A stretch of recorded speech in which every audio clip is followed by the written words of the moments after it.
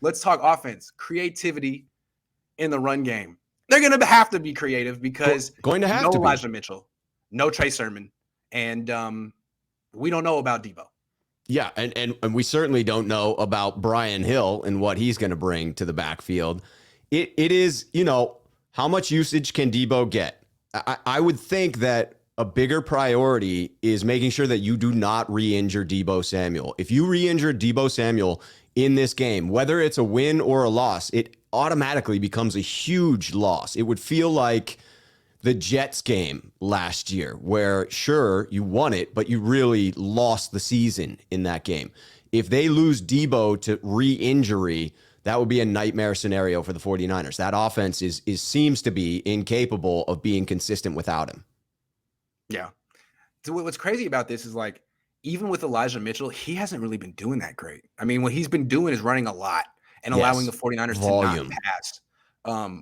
But he's averaging like 3 yards a carry the last few games. I mean, and the guys after him are averaging 2. I really feel like it's not even their fault. I mean, it's just we've talked so much about Jimmy's limitations, and the quarterback's limitations are always the offense's limitations. So with Jimmy, he's very good at certain things. Third down, money. But we all know where he throws and where he doesn't throw. And so the field is very compressed, and he still hits those third down throws despite all that, and it's really amazing. A lot of precision. Yes, but still the defense is crowding around, and like what's a symptom of that?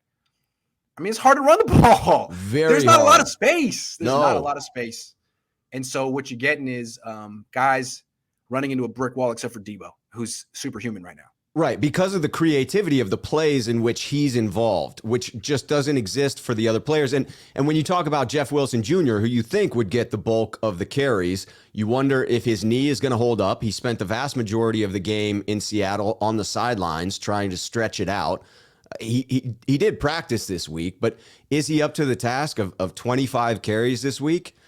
That seems like a big ask for somebody coming off of a knee injury. He did 19 against Jacksonville a few weeks ago. Here's the way I look at Jimmy. So the Jimmy offense, to me, it has its merits, but it's like basically being in the red zone all the time, if you know what I'm talking about. Yes. You know what I'm saying? Everyone's playing close up. Yeah. There's less of the field to defend. And you're not going beyond 20 yards, and everyone's sort of in this compact area. And the fact that Jimmy can sort of operate like that is amazing. Maybe that's a little overstated, but it's what makes him who he is. But the downside of that is in the red zone, especially if the quarterback isn't involved in the run game, it's 10 on 11. Man, it's hard to run the ball. Very hard. Really hard. Those safeties are just all over that guy immediately. And that's why you see a lot of wildcat in the red zone, because it's so hard to run the ball with the compressed field.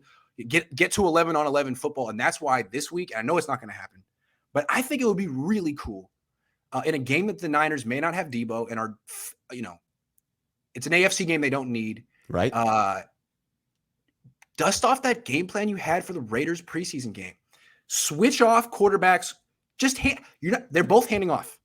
But just now it's him handing off. Now it's him handing off. Like, why the hell not? Who would it upset? They're handing off. Just see what it does. Because I think the defense would react differently. It might open up a run game. That's your creativity right there. And you did it against the Raiders. And I know it's not what you wanted to do all season, but you've practiced it for a rainy day, for a day that you may not have Debo or Elijah Mitchell. I'm just saying, it's in the back pocket. What do you say? It is.